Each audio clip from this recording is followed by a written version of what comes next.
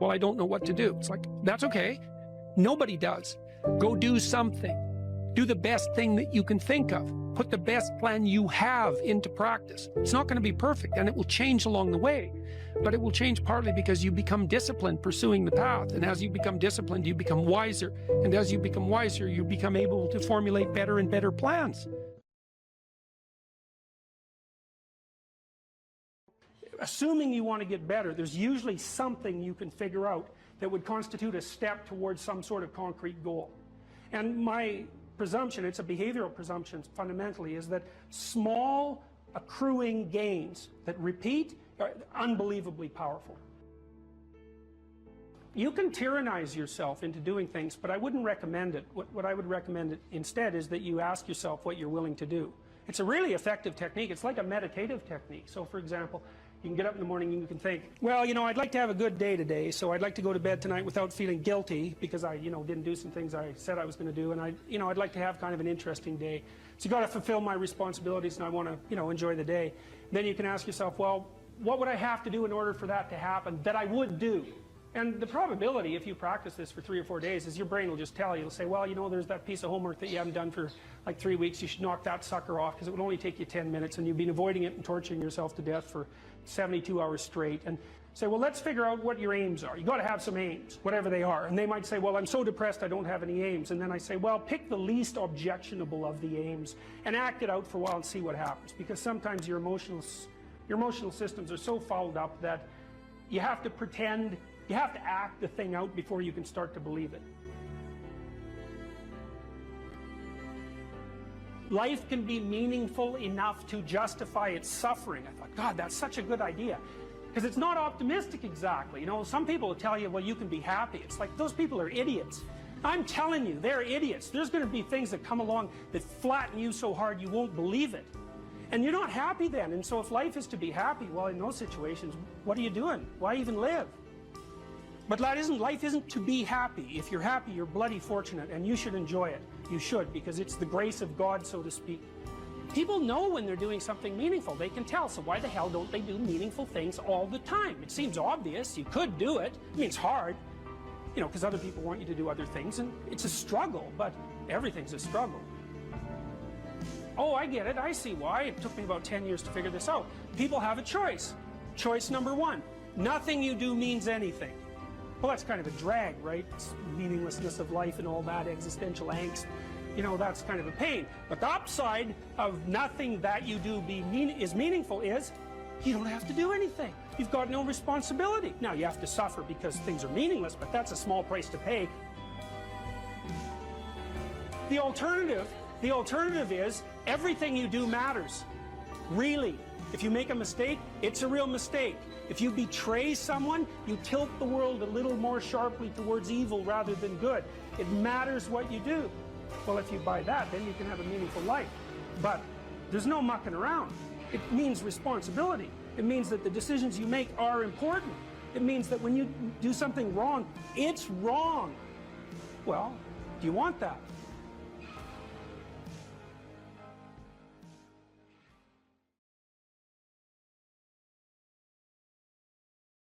When I talk to people about doing the future authoring program, they often put it off, and it's not surprising because it's hard. But it's more than that. They think, well, I don't know how to write. I'm going to do a bad job. I don't really like assignments. I'm going to have to do it perfectly. I need to wait till I have enough time. And like one of those is enough to stop you cold, and all 5 of them, you're just done. And so I tell people, do it haphazardly, a tiny bit at a time, and badly, because you can do that. I tell my students when they're doing their thesis, master's thesis, write a really bad first draft. And then we have a little conversation about that because they don't think I mean that. Because it sounds like a cliche in some sense. It's not a cliche. It's not a cliche at all. It means you're a terrible writer, but if someone put a gun to your head and said, you have to have your 100-page thesis done by next Monday, or I'll shoot you, but I don't care how terrible it is, you would sit down and write it. And the thing is, then you have it, right? Then you have something, and then you can fix it. You can iterate and fix it. That bad first draft, that's the most valuable thing, and so that's what you need. You need a bad first draft of yourself. And there's an idea that Jung developed about the trickster and the jester, the comedian, right? That the trickster is the precursor to the savior. That's one of the things I learned from Jung that was just, it's so unlikely. You'd never think that. It's so amazing that that might be the case. But the satirical and the ironic and the troublemaker, the comedian, the fool is the precursor to the savior. Why? Because you're a fool when you start something new. And so if you're not willing to be a fool, then you'll never start anything new. And if you never start anything new, then you won't develop. And so the willingness to be a fool is the precursor to transformation. And that's the same as humility. And so if you're going to write your destiny, you can do a bad first job. You're going to get smarter as you move forward. That's the thing, is that, so something beckons to you. That's what happens here. Maybe the star that Geppetto wished on was the wrong damn star. But at least it was a star, right? At least it was in the sky. At least it moved him forward. And so you say in your life, well, something grips you and fills you with interest. And you think, well, should I do that? And the answer is, if not that, then something. What if it's a mistake?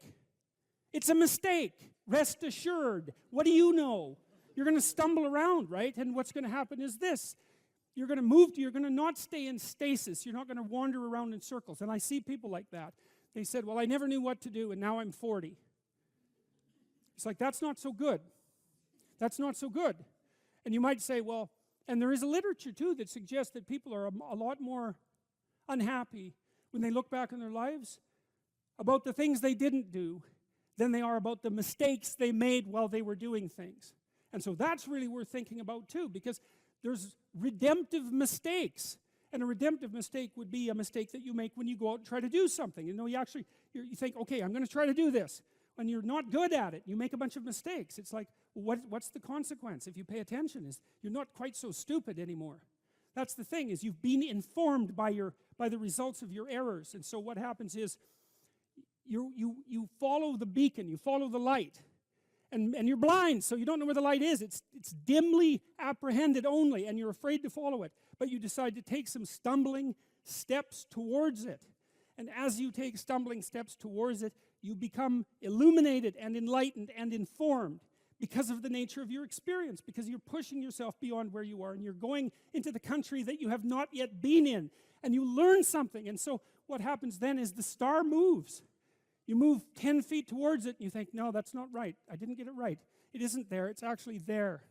And so then you see it somewhere else, and you shift yourself slightly, and you move forward. And that's what happens, is that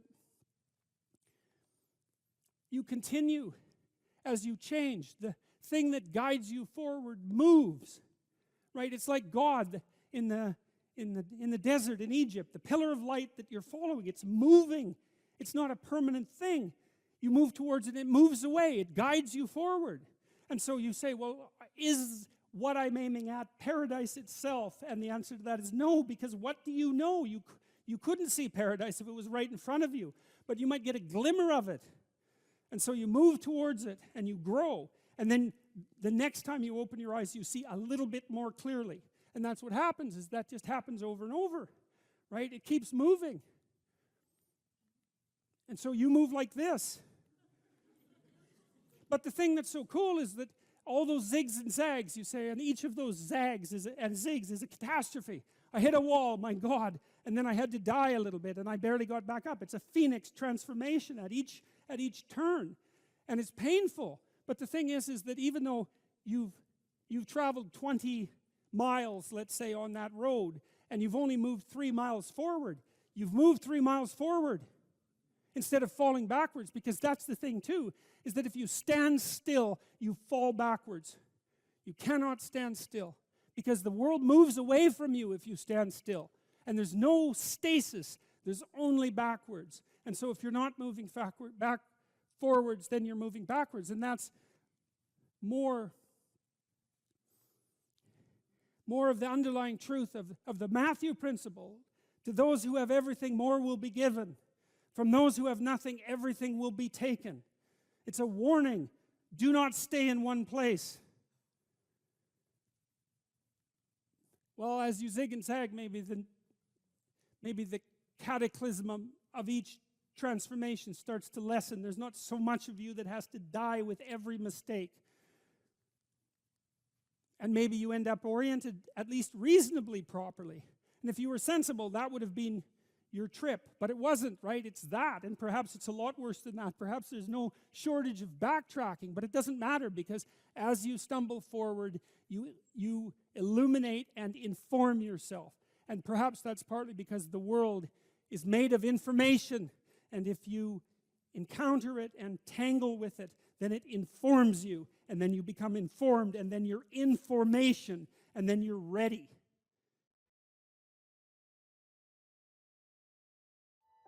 You don't have to necessarily have done anything wrong for things to get completely out of control. It's a terrifying doctrine, but it's not a hopeless doctrine, because it still says that there's a way forward, there's a pathway forward, and the pathway forward is to adopt a mode of being that has some nobility, so that you can tolerate yourself and perhaps even have some respect for yourself as someone who's capable of standing up in the face of that terrible vulnerability and suffering, and that the pathway forward, as far as the existentialists are concerned, is by, well, certainly by the avoidance of deceit, particularly in language, but also by the adoption of responsibility for the conditions of existence and some attempt on your part to actually rectify them. And the thing that's so interesting about that is, well, two, as far as I'm concerned, and some of this is from clinical experience. You know, if you take people, and I've told you this, and you expose them voluntarily to things that they are avoiding and are afraid of, you know, that they know they need to overcome in order to meet their goals, their self-defined goals. If you can teach people to stand up in the face of the things they're afraid of, they get stronger.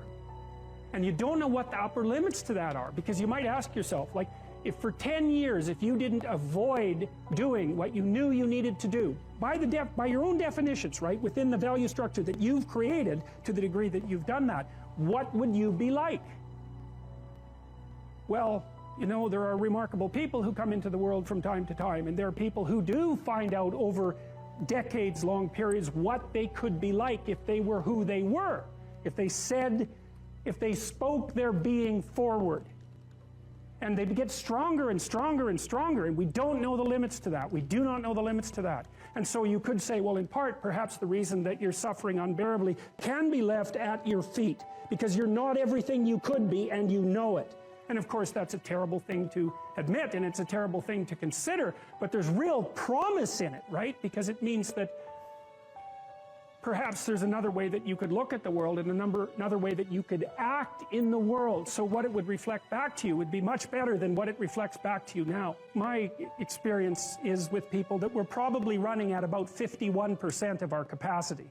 I mean, you can think about this yourselves. I often ask undergraduates how many hours a day you waste, or how many hours a week you waste, and the classic answer is something like 4 to 6 hours a day.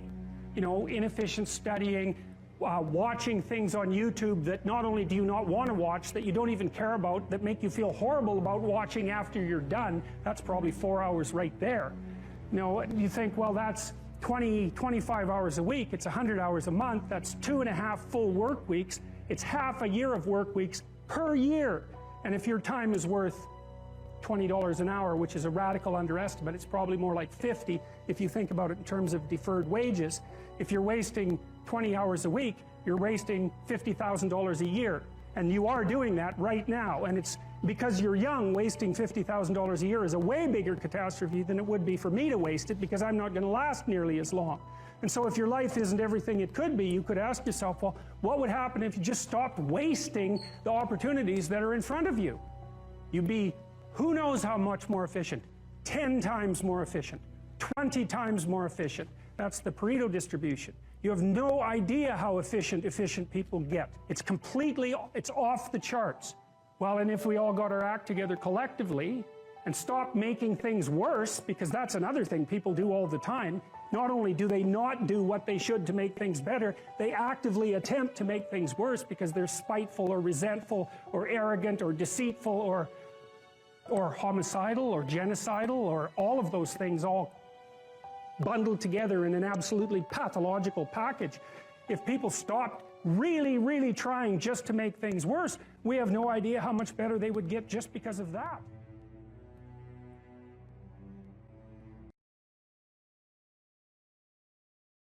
when my clients first come to see me, one of the things I often ask them is, okay, well, let's say you look a year ahead. What do you want? What are we aiming at?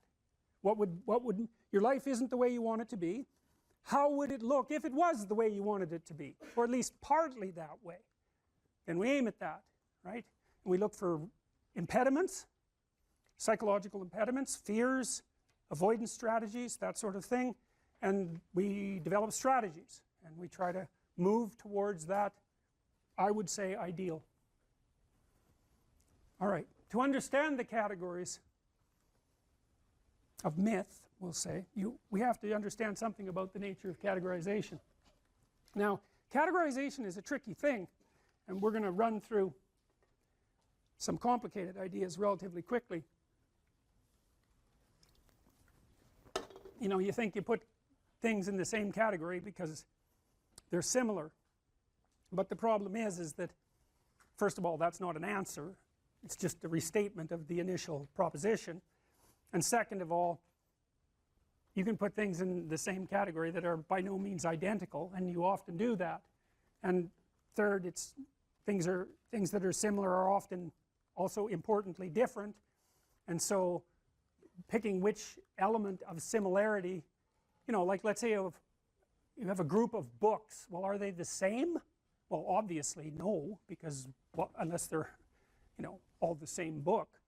But the category of books is a pretty strange category because the content of the books differs completely. Well, you could still make a group of books, and you pick some arbitrary element that unites them and consider that grounds to make a category. There's other categories, more scientific categories, and scientific categories tend to actually contain things that are very, very similar across multiple dimensions. Like protons are like that. As far as I can tell, there's nothing that distinguishes one proton from another, and the same with electrons. And you know, the set of triangles is like that because you can define it precisely. But most of the categories that human beings use aren't so neat, and the problem with that is that unless the categories are neat, like scientific categories, it's very difficult to investigate them scientifically. So for example, you might do research on a group of people with anxiety disorders, but the problem with that is that the anxiety disorder category is so heterogeneous that it's almost impossible to identify the commonalities across all the people who are in that category, and that's partly because the category isn't actually a scientific category. It's a hybrid category. It's a practical category. I can give you an example of that.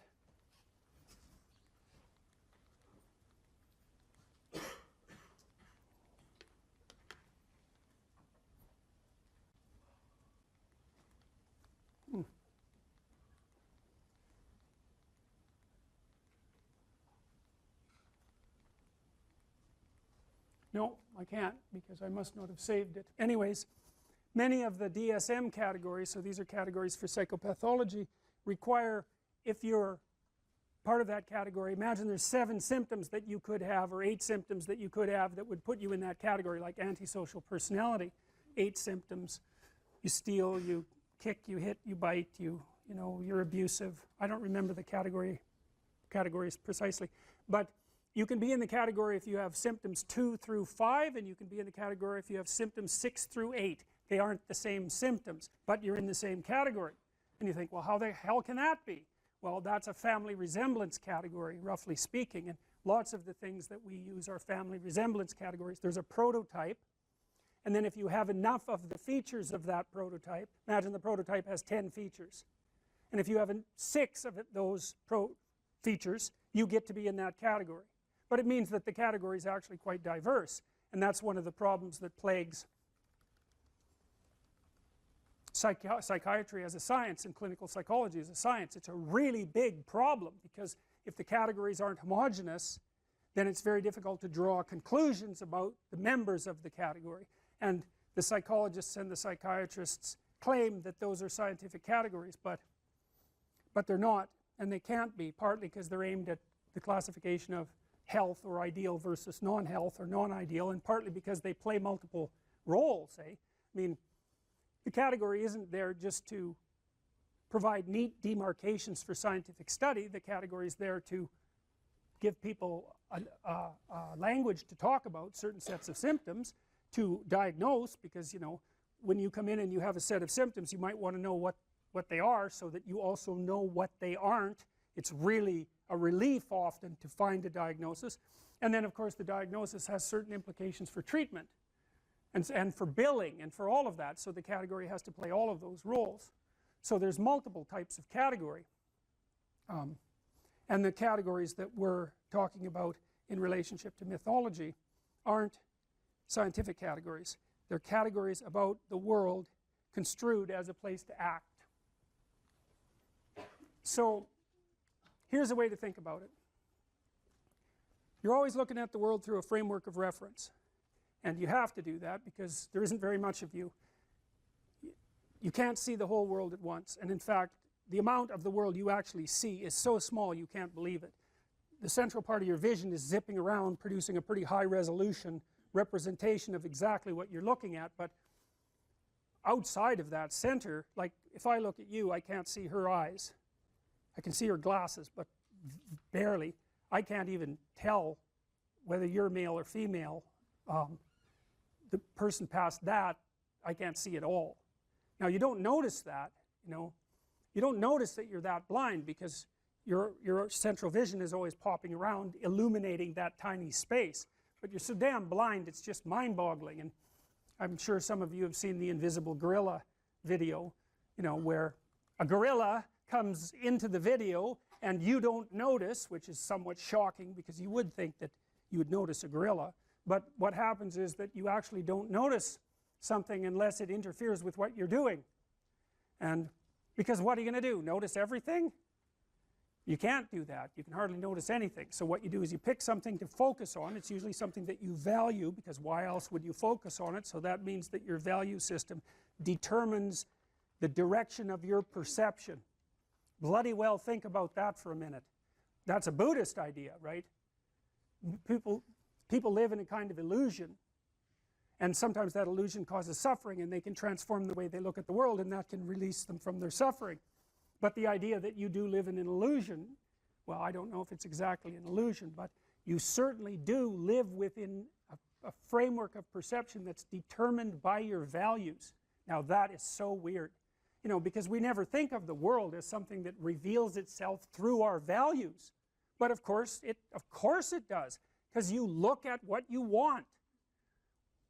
You aim at what you want, and once you've aimed, the world lays itself out for you, and that's exactly how perception works. That's why I represented it this way. You're always somewhere, that's point A, and that's somewhere in some place in some time, and you always have some notion about what you want to have happen next. You know, you're going to go to the next class maybe, you've got a plan after this. In this class you have a plan, you're hoping to learn something, I presume, and maybe you have a goal with regards to a grade, and that's nested inside your desire to get a degree, and that's nested inside your desire to be educated and to have a career and have a successful life. So attending to me at the moment, the reason you're doing that is because all of those values exist within you simultaneously, focusing your attention.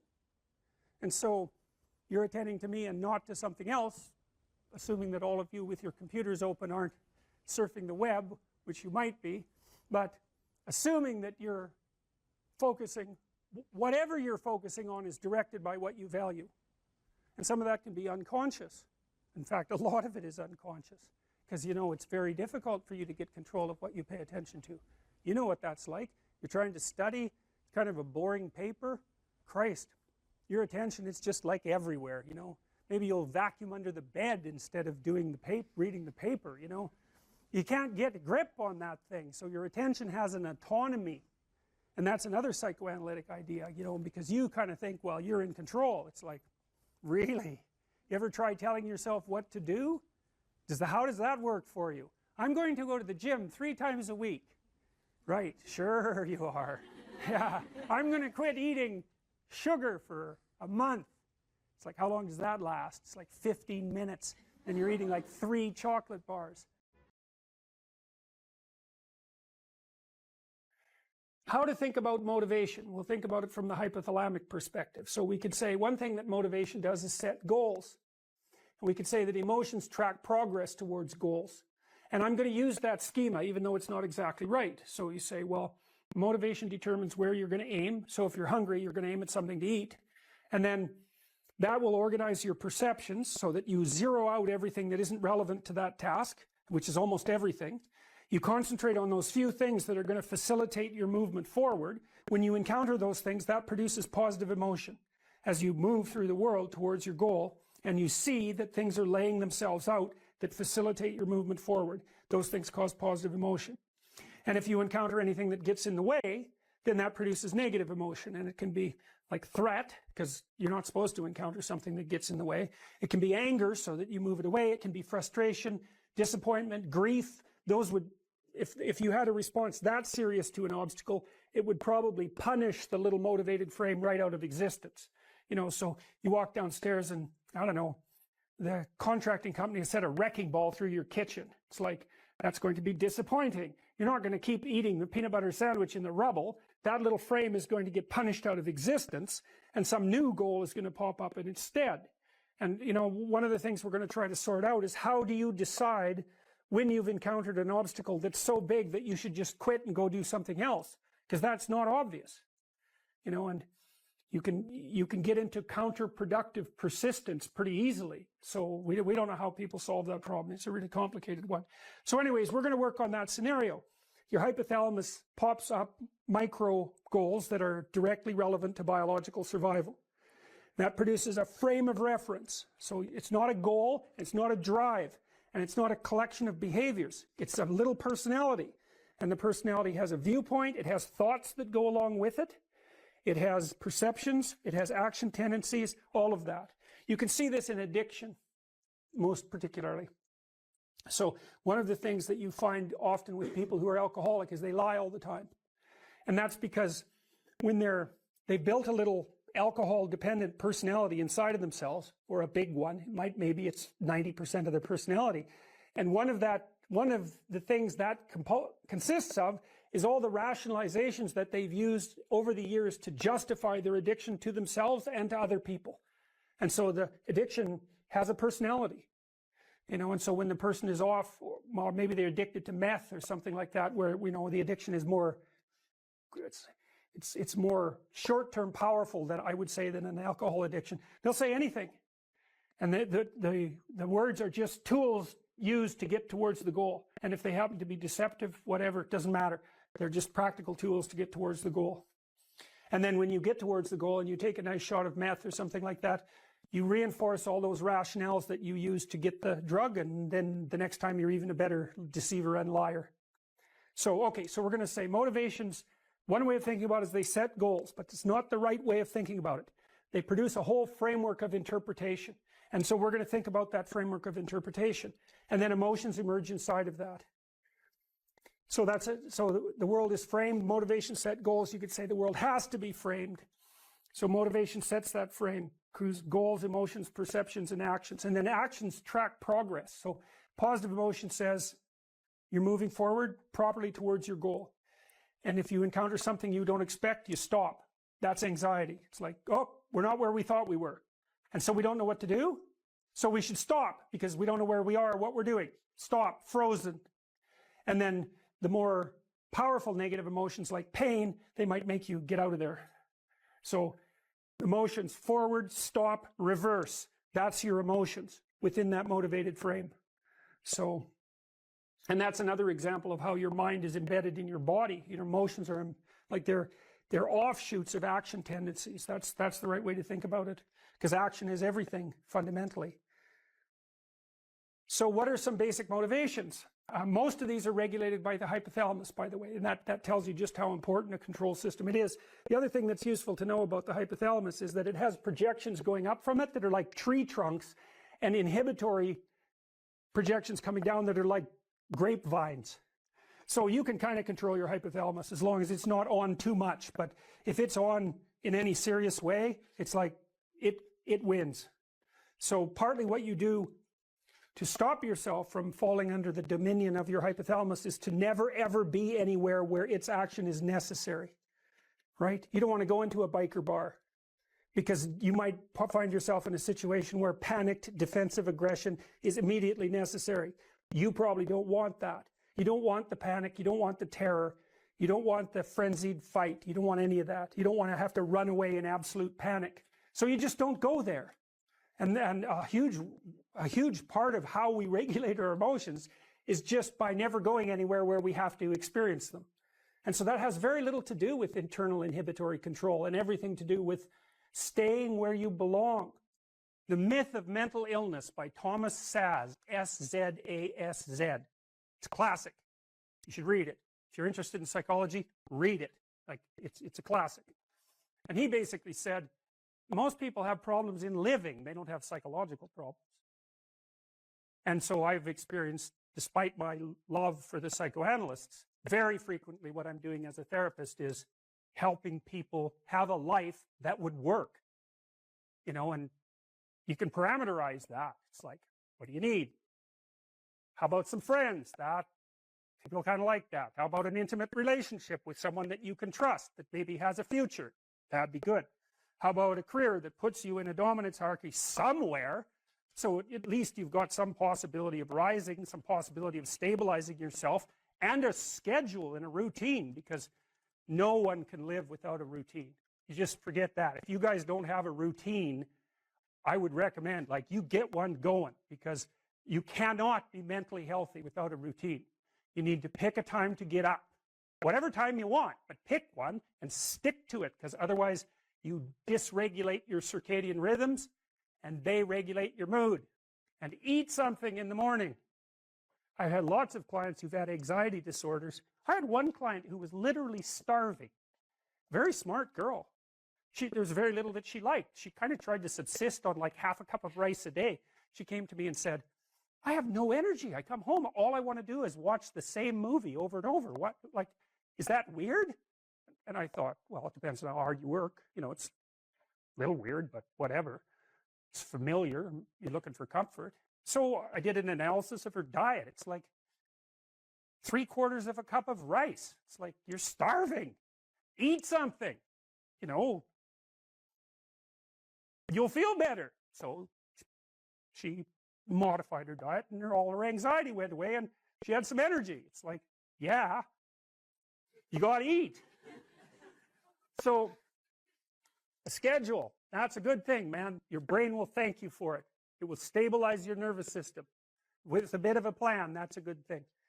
You need a career. You need something productive to do with your time. You need to regulate your use of drugs and alcohol, most particularly alcohol, because that does in a lot of people. You need a family, like the family you have, your parents and all that. It'd be nice if you all got along. You could work on that. That's a good thing to work on. And then, you know, you probably need children at some point. And that's life. That's what life is. And if you're missing, you know, you may have a good reason to not be operating on one of those dimensions. It's not mandatory. But I can tell you that if you're not operating reasonably well on 4, I think I mentioned 6, if you're not operating reasonably well on at least 3 of them, there's no way you're going to be psychologically thriving. And that's more pragmatic in some sense than psychological, right? Human beings have a nature. There's things we need. And if we have them, well, that's good. And if we don't have them, well, then we feel the lack. And so behaviorists, behavioral psychologists concentrate a lot more on that sort of thing. You know, it's practical. It's like strategizing. Make a career plan. Figure out how to negotiate, because that's bloody important. Figure out how to say what you need.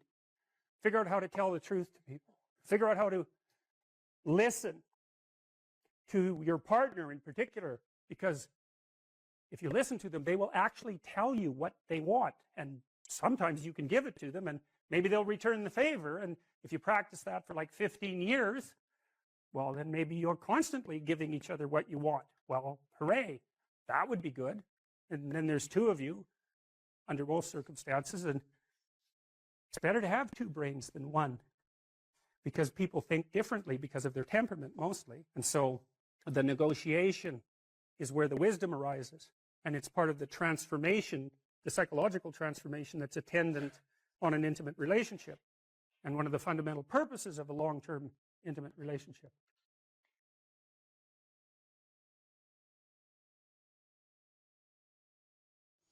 I called the course Personality and Its Transformations, and I think you could think about that as a restatement of the idea of being and becoming. And that's what you are. You're, for whatever that means, you're an entity that both is and is transforming. And there's a rule that goes along with that, by the way, which is don't sacrifice who you could be for who you are. Which means if you have to choose to transform in a positive direction or maintain your current position, then it's better to transform in a positive direction. So you might even think of that as the core of your being. That's a Piagetian idea. It's a Jungian idea as well. Who are you?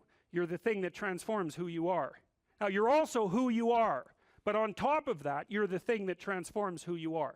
And I do think that that's not an arbitrary statement. You know, one of the things that modern universities do dreadfully now is convince their students that value structures are relative, and that's a big mistake. There's a lot of things wrong with that idea, and one of the things that's wrong with that idea is that doesn't include what I just mentioned, which is that's a good moral rule, is you are the thing that is and you're the thing that becomes, and you should put the thing that becomes at a higher place than the thing that is. That means you also have to allow yourself to shake off those things about you that you might be pathologically attached to, habits and people for that matter, ways of thinking, all of those things. You have to allow yourself to shake those off, and that's more like a burning. That's why the phoenix is the symbol that it is, right? It's old and it deteriorates, it bursts into flame, and then it's reborn. It's like, well, do you want to be reborn? It's like, well, that's not the question. The question is, do you want to burst into flame? And the answer to that generally is no, but that's the wrong answer. The right answer is you let all that nonsense burn away. And you know, and you might say, well, I don't know what I should leave behind, and the answer to that is that's a lie. You know some of the things that you should leave behind. All you have to do is ask yourself. You'll come up with a list instantly of 100 stupid things that you're doing that you know you could stop doing. Some of them maybe you don't know you could stop doing. It's like, well, fine, leave those alone for now. But there's a bunch of things you perfectly know well that you could stop doing that would improve your life. And so do that, see what happens. That's a good idea. All right. So it's personality and its transformations, because partly I wanted to talk to you about what you are as a human being and also as an individual, but also what you could become. And that's actually a crucial question in the domains of clinical psychology in particular, because a lot of what you're doing with people as a clinician is trying to figure out who they could become. That's right. You have a problem, your life isn't what it could be. It's like, fine, let's see what it could be like if we changed it. We'll figure out how to change it. That's got to be a negotiated dialogue, right? Because like, I don't know what the hell you should do with your life. I can help you figure it out, maybe we can talk about it, but you are the person who has to decide if the things that you're aiming for, you know, get you out of bed in the morning, because that's really that's at least one of the crucial issues. So you got to specify the goal, and then you got to specify the transformation processes and start practicing them. And you have to understand that you're going to be bad at it, but it doesn't matter, because bad's fine. Persistent is what you need to be. If you persist with tiny improvements, if you persist, you win. So okay, so in a broader context, you can think about this as a more fundamental ontological question. So one question is how you should act in the world. The other question is, well, what is the world? And that's a complicated problem. This is a scientific answer to that question, and that is that the world is a collection of objective phenomena, and that's a very powerful perspective.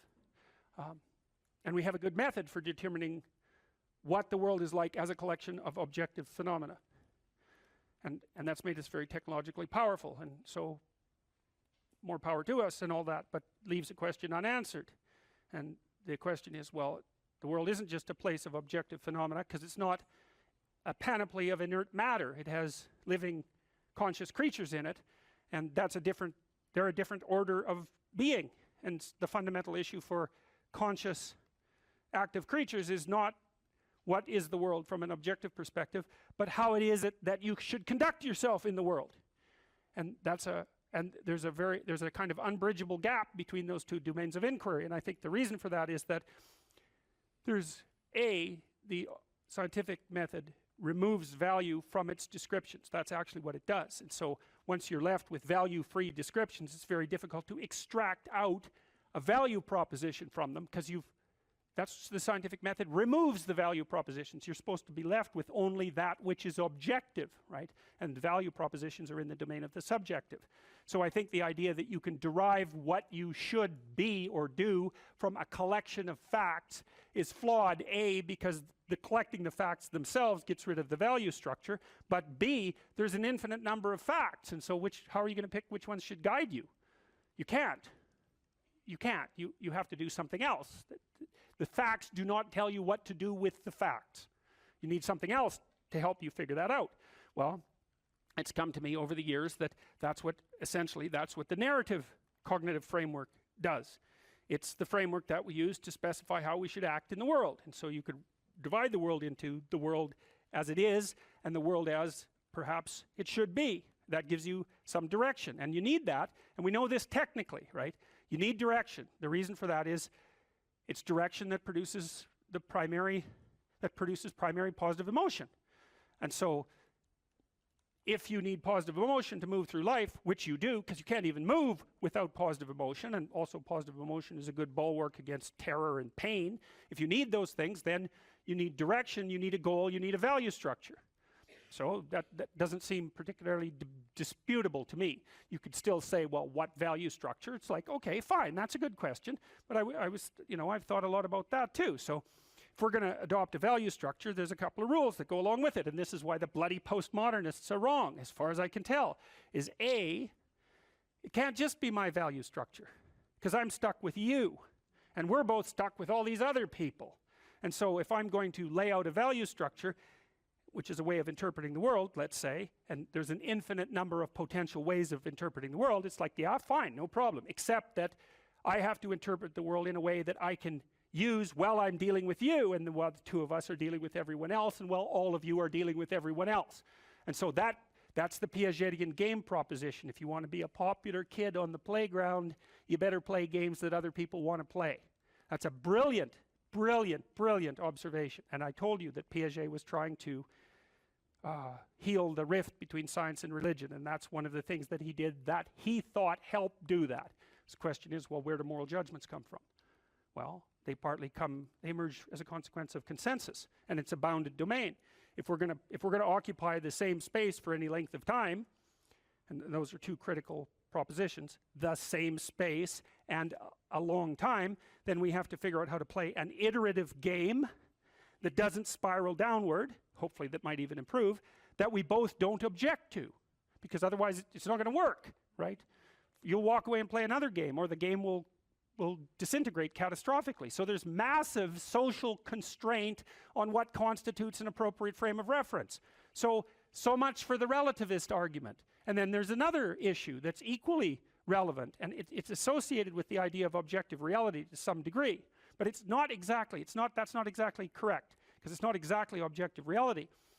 Let's say that you and I decide to occupy the same place for some substantial amount of time, and we figured out how to solve the problem of being together. But you and I still have to figure out how to solve the problem of being together in a manner that doesn't make the world object too much. And it isn't just other people, although that's a huge part of the world. You want them to not object. You may even want them to support you. That would even be better. But you also have to deal with the tendency of matter to object. Because so your mode of being in the world, your interpretive framework, as a description of how you should act, is actually the laying out of a strategy that will produce the ends that it predicts, which are the things that you want. So this is the pragmatist perspective. This was worked out by William James and his people back in the late 1800s in New England, the only genuine brand of American philosophy. And what the pragmatist said is, how do you decide if something's true? The answer is, how the hell can you? You don't know anything. Well, that's true, but that isn't helpful, because there you're stuck with the problem of how to be in the world. Well, so what you do is you lay out a mode of interpretation that has an endpoint. And then you run the mode of interpretation, embodied, right, because you act it out. And if it doesn't produce the outcome, then it's not, well, let's say, true. The claims within it they're not true by the definition of the game itself. So you might say, well, you're a kid on a playground. You want to play a game. One of the implicit demands is that the game is fun. If it's not fun, it's not worth playing. So you play it for a while, and then you see, well, was that fun? If the answer is yes, then you keep playing the game. You say, well, that game it's good enough, it's accurate enough, it's true enough. And so you lay out interpretations in the world, and they're subject to massive constraints. Other people have to go along with them and cooperate with you, because if they don't, then look the hell out, like it's a major, serious, non-trivial constraint. And then the other thing is, well, social proof isn't good enough. It also has to work in the world outside of the social world.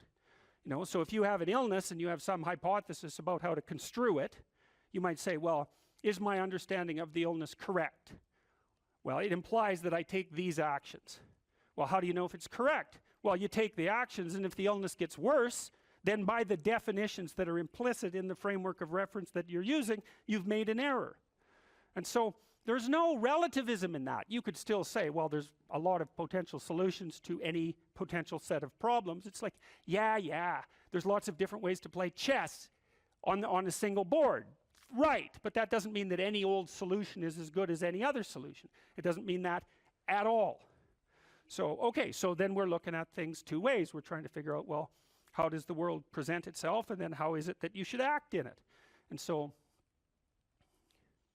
well, there's other constraints on the mechanisms of interpretation that you place in the world. So we could say, well, you're constrained in your interpretations by the constraints that other people place on you. But there's internal constraints as well. We talked about those mostly from a biological perspective, because you could also regard yourself in some sense as a loose internal society.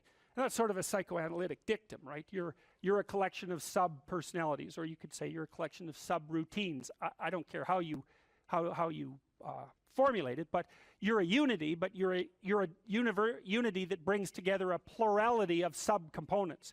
And part of the constraints on how it is that you lay out your interpretation of the world is that you have to satisfy those internal subsystems, right? So you're the ego, but it's more like you're the captain of a ship full of people who are rowing. You got to keep the people rowing. You're not tyrant. You're not omnipotent tyrant of your own destiny. You're constrained by the nature of your own being.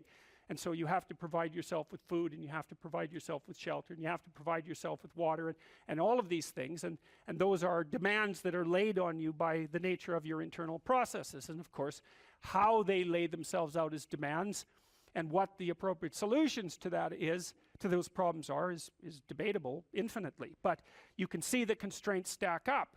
You have to satisfy your internal constraints. So they have to be brought into a unity. That seems to happen, at least in part, between the ages of 2 and something like between the ages of birth and 4 years old, maybe even 2 years old. You bring yourself together into something that's sort of functioning as a unity. Then you have to turn that unity into a unity that can function in the social world with increasing breadth. And that unity in the social world has to be a unity that can function inside the natural world. It's something like that. So you're stacking up these games into a hierarchy of increasing complexity. And one of the questions that emerges from that is, well, what should be at the top of the hierarchy? If it's a hierarchical structure, it has to be a hierarchical structure, because some things have to be worth doing more than others, or you can't act, which is another thing I really don't like about the postmodernist ethos, because it claims that value structures are there to eliminate, to exclude and oppress, and never once notices that, well, yeah, fair enough, but value structures are also there so that you know which way to walk, because you can't figure out which way to walk without saying that that direction is preferable to that direction. So you're stuck with the damn things. And they do exclude. Obviously, category structures exclude. The question is, if you're going to have a value structure, how is it that it should be constituted? Well, I already described some of the constraints. Like if your value structure is perfectly functioning except that you don't get enough to eat, that turns out actually to be a fatal problem, right? And it might be, you can run into all sorts of fatal problems. You're too lonesome. Well, it means let's say that your value structure is too narcissistic. There's lots of reasons to be lonesome, but that might be one of them. Or you're too timid or something like that. Like you're going to be informed by your own internal biological mechanisms when the value structure that you're laying out in the world is insufficient to keep itself propagating across time. And some of that's just you, and some of that's other people, and some of that's the natural world. Constraints galore. And so in the face of all those constraints, it's absolutely unreasonable to say any old solution goes. Try it. Generate a random solution. Run it as a simulation in the world. And see and see how many slings and arrows come your way. There'll be plenty. And you might say, well, I don't care about slings and arrows. It's like, yeah, no. That's a claim you don't get to make. So, okay, so you're being informed internally as to the nature of your value structure. You have to specify where you are. You have to specify where you're going. You have to integrate all your underlying biological mechanisms into that schema. It's something I think that's actually kind of weak about the Piagetian ideas, hey? Because Piaget, I'm a great fan of Piaget, but Piaget tended to think that the child came into the world with nothing but a set of reflexes. I mean, that's his technical claim, and that you bootstrap off those reflexes, and I think it underestimates the degree to which the child comes into the world as an already prepared unit. And I mean, he just thought of those things as so self-evident that you don't need to talk about them, but that's actually not true. You do need to talk about them. We know, for example, that if you provide children with food and shelter, and adequate food and shelter, but you don't interact with them socially, almost all of them die in the first year, right? It's not optional.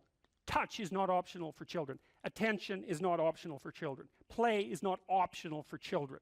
So it isn't just like, well, the child comes into the world with a set of reflexes and can adapt to any old environment. It's like, no, the environment has to be structured in a certain way or the child will die. And it's very interesting when it comes to things like play and touch, because you wouldn't think of those as fundamental necessities, right? But it turns out that they are. If you deprive a child badly enough of play and touch in the first 3 years of their life, even if they survive, what comes out at the end of that is often something that's like barely recognizable as a functional human being and cannot be repaired after that point. And that experiment was done with Romanian orphans back in the 90s. So it was an ugly situation, to say the least.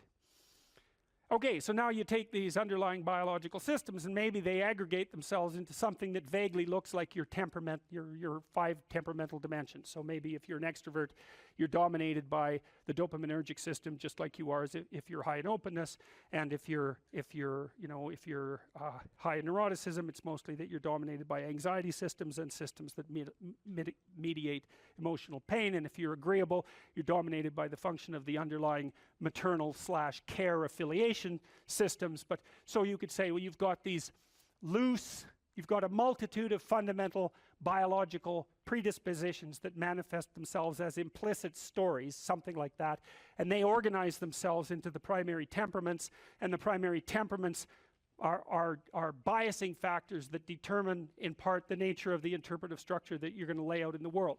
It's not entirely determined by your temperament. We know that personality is only predicting, something like, let's say, 10% of the variance in most complex social outcomes. And the other elements are, well, temperamental as you might be, you still have to get along with other people and the world. So you come in with these internal biases, but they still have to be modified extensively by your social and your natural surround. Okay, and then you develop your routines from the bottom up, as Piaget pointed out, and sometimes from the top down, because now and then you can think yourself into a radical transformation.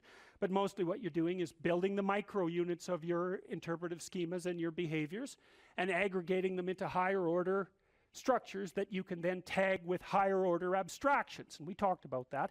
You can't tell a 3-year-old to clean up his room. And the reason for that is those are empty boxes as far as the kid's concerned. Clean? He might have room, he might have that. Clean he doesn't have. He might have pick up the teddy bear and put it in that space, right? So that's one of these little micro routines. And maybe you say, you put 20 of those micro routines together and now you can say, clean up your room. And basically what you're saying is, implement the 10 micro routines that you've learned. And so a well-functioning personality has all the micro routines in place. That's actually something that you help people with if you're a behavioral therapist, because one of the things you assume if you're a behavioral therapist is that sometimes the reason people aren't doing things is because they don't know how. Sometimes maybe the person's depressed but potentially high functioning. They got all the damn micro routines. They're well socialized. They're just dormant. You got to get them awake again and implementing them. But sometimes you get someone in your practice, say, who's just been neglected like you cannot believe, right? The parents never paid any attention to them, or maybe just punished them every time they did something good. That's really fun. And then, they didn't make friends, and so they're really, really vague and poorly articulated. And so then what you do is you work at the bottom of the micro routines and get them to practice building up all these little attributes that they didn't build up. And one of the things you can think about in terms of character development is, so now maybe you understand something about your own personality. You might say, well, what could you do to improve your personality? And the answer is, develop some of the micro routines on the other side of the personality distribution. So if you're disagreeable as hell, maybe you could start learning how to do nice things for people. And that actually works, by the way. So if you take disagreeable people who are depressed and you get them doing nice things for other people, their depression tends to lift.